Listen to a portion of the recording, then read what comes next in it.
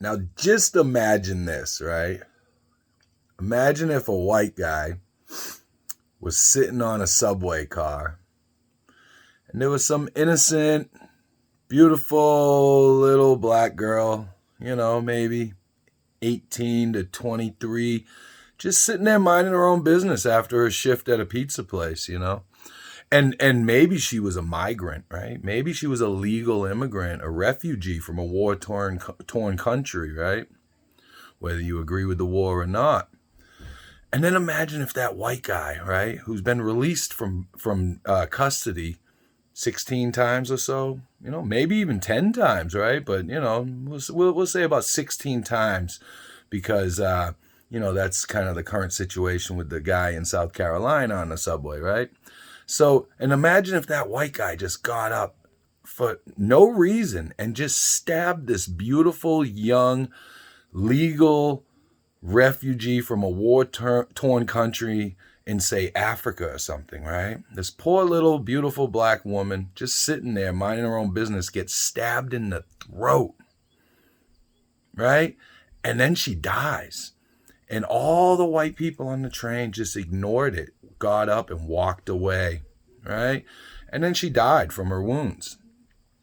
What do you think would be happening on the news right now? I'll wait.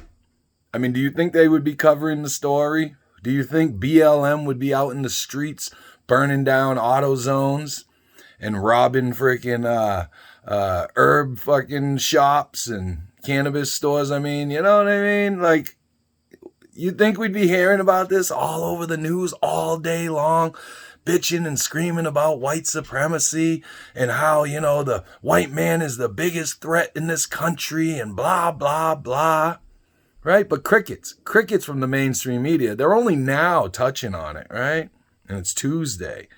We knew about George Floyd 10 minutes after it fucking happened, right? I mean, we're all these people. I stand with Ukraine. I stand with Ukraine. I stand with immigrants, right? With refugee immigrants, right? Where are they now? I heard they started a GoFundMe, not for the girl. Not for the girl, for the criminal, right? For the animal that stabbed her in the throat without a second thought and then walked around the train yelling, I got that white girl. I got that white girl. Imagine if it was a white man that did it to a black woman, right? A young black woman, right? Whether he had a criminal record or not, he would be fried in all the media everywhere, on YouTube, on Instagram, Facebook, TikTok. They'd be losing their shit, and there wouldn't be any GoFundMe for that guy, right? And all of us would be condemning him, especially white people. We'd all be like, oh, I don't stand with that bullshit and blah blah blah blah, right? Nope, GoFundMe, oh, he had a hard life.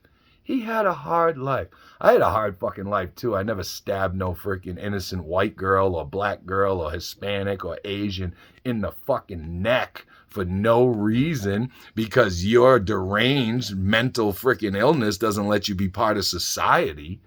These fucking animals have to pay. They gotta go. It's incredible. And, peeps, barely a chirp from the media. You know what I'm saying? It's insanity, man. It's insanity. You will see. Something's coming.